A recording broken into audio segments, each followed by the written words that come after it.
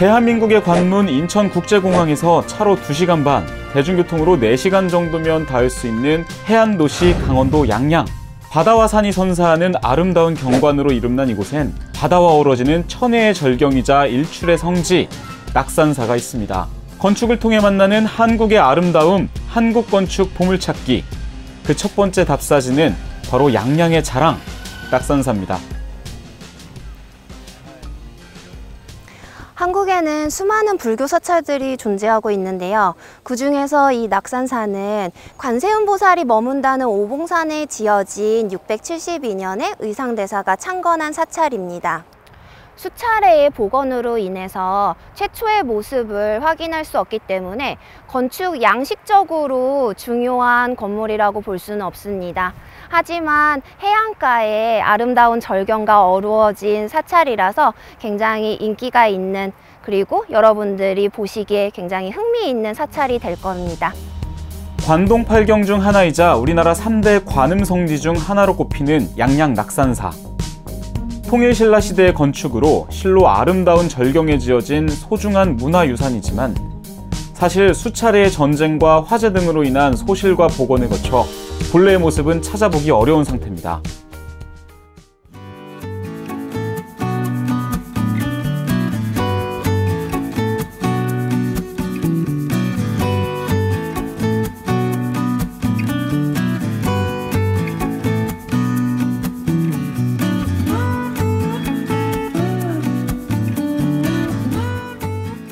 이 원통보전 건물은 2005년에 강원도 산불 피해로 소실되었던 것을 2007년에 다시 복원해 놓은 건물입니다. 지붕 쪽을 보시면 용머리 형상이 있는데요. 원통보전의 안전을 수호해주는 수호신의 역할을 한다고 합니다. 마치 그리스 건축에서 도리아식, 이오니아식, 코린트식 기둥의 주두 양식이 있듯이 한국의 건축에서도 공포의 양식들이 존재하고 있습니다.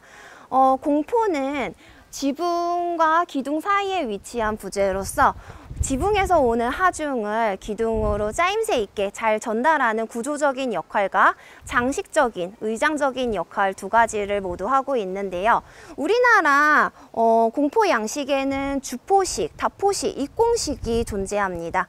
주포식 같은 경우는 주심포식이라고도 부르는데, 주심포식은 고려 중기 이전의 건축물에서 많이 사용된 양식으로 기둥의 윗부분에만 공포가 들어가는 양식이라고 볼 수가 있습니다.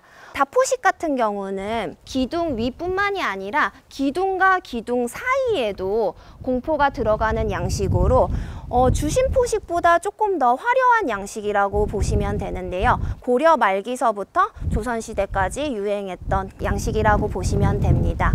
입공식 같은 경우는 조선시대 때 독자적으로 개발한 공포 양식으로 구조적으로 조금 더 간단하지만 튼튼하게 받칠 수 있는 공포 양식이라고 보시면 되는데요. 일반적으로 다포식 같은 경우는 사찰의 메인 금당이라든지 아니면 궁전의 금전전이라든지 그런 화려한 건물에서 많이 쓰이는 양식이라고 보시면, 입공식 같은 경우는 조금 간단해서 서원, 향교 아니면 정자나 막루 같은 데 사용됐던 양식이라고 보시면 됩니다. 이 낙산사에 있는 건물들은 후에 복원된 것들이 많기 때문에 지금 양식을 얘기하는 것이 크게 큰 의미가 있다고 보아지진 않지만, 지금 뒤에 보시는 원통보전 같은 경우는 다포식 양식으로 보실 수가 있습니다. 지금의 낙산사는 김홍도의 낙산사도를 참고하여 사찰이 가장 번성했던 조선시대의 모습으로 복원된 상태이기 때문에 그 시대에 유행했던 공포 양식이 반영될 수 있었습니다. 부처를 모시는 사찰에 대웅전이 있다면 관세음보살을 모시는 사찰엔 원통보전이 설치되는데요. 과연 사찰의 중심이 되는 중요한 건물답게 낙산사 원통보전에는 화려한 다포식이 적용됐습니다. 대부분의 불교 사찰이 그렇듯 원통보전 앞에도 석탑이 하나 놓여 있습니다. 세월의 흔적이 새겨져 있지만 여전히 단박한 아름다움을 전하는 탑, 이른바 낙산사 7층 석탑입니다. 낙산사 7층 석탑은 보물 제499호로 6.2m 높이로 지어진 석탑입니다. 처음에 의상대사가 창건할 때는 3층 석탑이었는데 그 이후에 7층 석탑으로 중축이 되어 있는 거라고 보시면 되겠어요. 사찰에 있는 탑은 석가모니의 살이나 유명한 승려들의 살이라든지 아니면 사찰이 보관하고 있는 보물들을 보관하기 위해서 만들어졌는데요. 이곳에는 의상대사가 관음보살에게 받았다는 그 여의보주와 수정염주를 보관하고 있는 석탑입니다. 이 탑의 배치 얘기를 하기 위해서는 가람 배치에 대한 내용을 들려드릴 수가 있는데요. 가람이라는 거는 편하게 사찰과 같은 말이라고 생각하시면 돼요. 그래서 사찰의 가람 배치 형식은 탑이 중간에 하나 있는 1탑식과 탑이 양쪽에 2개 있는 2탑식으로 크게 나누어 보실 수가 있습니다. 애초에 사찰이란 것은 사리를 모시고 있는 불탑에 대한 숭배, 그리고 승려들이 모여 수행을 하는 공간이라는 목적으로 발생했습니다. 초기 불교에서는 예불의 주 대상이 불탑이었지만 기원전 1세기경 불상이 출현하면서 이를 모시는 불당과 살이나 보물을 보관하는 불탑이 각자 역할을 하게 됐고 가람 배치로 발전하게 됩니다. 낙산사는 무엇보다도 바다와 어우러지는 경관으로 유명한 사찰이죠. 원통보전을 나와 잠시 오르막길을 오르면 동해바다를 한눈에 내려다볼 수 있는 위치에 서 있는 해수 관음상을 만날 수 있습니다. 높이가 15m에 달하는 거대한 석상으로 마치 관음보살이 백두대간에 서서 바다를 바라보며 자애로운 미소를 띠고 있는 듯합니다.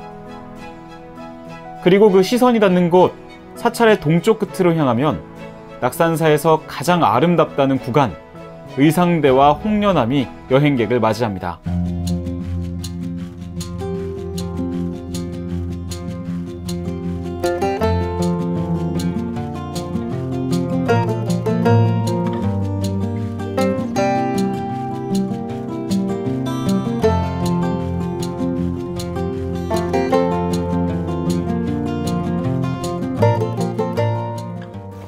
지금 보시는 의상대는 의상대사가 자선수행을 하던 장소로 전해지고 있는데요. 처음부터 이렇게 정자가 있었던 거는 아니고 예전에는 암자가 있었다가 그게 너무 폐허가 돼서 1925년에 이렇게 의상대 정자를 세워놓은 것이 지금의 의상대입니다. 요곳에 현판을 보시면 의상대라고 써있지가 않고 희상대라고 써있어요. 아침에 해가 뜰 때 그 해가 바다에 비치는 모습이 가장 아름다운 곳이라고 해서 이렇게 희상대라고 적어놨는데 사실은 한자로 의와 희가 너무 비슷하기 때문에 그냥 의상대라고 읽는 경우가 굉장히 많이 있습니다. 의상대에서 홍련암까지 가는 길에는 동해바다의 그림 같은 절경이 펼쳐집니다. 동해바다다운 힘차고 시원한 파도 소리와 밑바닥까지 훤히 비치는 깨끗하고 신비로운 바닷물은 세속의 번뇌를 잊게 만드는 것 같죠. 한참을 걷다가 문득 생각난 듯 뒤를 돌아보면 소나무와 어우러지는 의상대의 아름다운 모습도 발견할 수 있습니다. 그렇게 10여 분 걷다 보면 드디어 낙산사의 상징이라고 할 수 있는 홍련암을 마주하게 됩니다. 홍련암은 낙산사에 부속된 암자로 의상대와 멀지 않은 곳에 위치해 있는데요. 보통 이렇게 해안가 절벽에 위치한 암자가 잘 없어요. 근데 요곳은 이렇게 해안가 절벽에 위치해 있기 때문에 굉장히 아름답기로 유명한 그런 암자라고 보시면 되겠습니다. 요 암자 같은 경우에는 굉장히 특이한 구조라고 보실 수가 있어요. 밑에 바닥 밑에 바닷물을 볼 수 있게끔 돼 있는 구조인데 요런 경우는 의상대사가 예전에 의상대사에게 여의주를 준 용이 같이 불법을 들을 수 있게끔 배려해가지고 그렇게 지었다는 설이 있습니다. 홍련암은 독특한 창건설화를 가지고 있습니다. 관음보살을 직접 뵙기 위해 신라의 서울인 경주에서부터 올라온 의상대사가 이곳에서 파랑새 한 마리가 굴로 들어가는 모습을 봤다고 합니다. 이를 이상하게 여긴 의상대사가 그 굴로 들어가 7일 밤낮을 기도드리니 바다에서 붉은 연꽃이 솟아오르고 그 안에서 관세음보살이 나타났다고 하죠. 바로 그 자리에 의상대사가 지은 암자가 바로 이 홍련암입니다. 2005년 낙산사를 집어삼킨 큰 산불이 났을 때도 불이 홍련암 앞에서 멈춰서 소시를 면했는데요. 어떤 이들은 이 또한 관세음보살의 공덕이라고 여기기도 합니다. 지금까지 낙산사에 대해서 어떻게 보셨나요? 정말 수많은 문화재들이 모여있는 아름다운 건축물이라고 볼 수가 있죠. 사실 낙산사 같은 경우는 수많은 전쟁과 화재 사건들로 인해서 소실됐다가 다시 복원되고 지어진 그런 건축물들이라고 볼 수가 있습니다. 그렇기 때문에 실제로 건물이 지어진 해는 그렇게 오래되지 않았죠. 하지만 우리는 이것을 문화유산으로 분류하고 있습니다. 얼마 전에 파리 노틀담 성당 화재 사건이 있었는데요. 현재 노틀담 성당 같은 경우는 복원 형상이 나오지 않은 상태지만 남대문 같은 경우는 화재 사건 이전의 모습으로 복원을 해놓은 상태입니다. 사실 문화유산 건물이 소실되었을 때 소실되기 이전의 모습과 완전하게 똑같이 지어 놓는다는 것이 옳은 것인지는 다시 한번 생각해 봐야 될 문제인 것 같습니다. 오히려 옛 문화유산을 잘 보존할 수 없었던 그 사건의 발생 자체도 우리 역사의 일부로 받아들이고 폐허가 되었더라도 과거에 남아있는 그 모습 위에 현재를 살아가고 있는 우리의 건축을 조화시켜보는 것은 어떨까요? 지금까지 우리는 강원도 양양이 품고 있는 보물, 낙산사의 주요 건축물들을 둘러봤습니다. 하나같이 아름다운 모습들이 조화되어 있는 경관은 고단한 여행객을 위로하는 큰 선물이 될 수 있겠죠. 비록 여러 차례의 소실과 복원을 통해 옛 모습 그대로를 간직하고 있는 것은 아니지만 미래의 과거가 될 현재를 살아가는 우리에게 낙산사는 역사를 대하는 관점에 대한 귀한 질문을 던지고 있습니다. 신비로운 전설과 아름다운 건축, 그리고 대자연의 장엄함이 펼쳐진 곳 낙산사. 한국 건축 보물찾기가 발견한 첫 번째 보물이었습니다.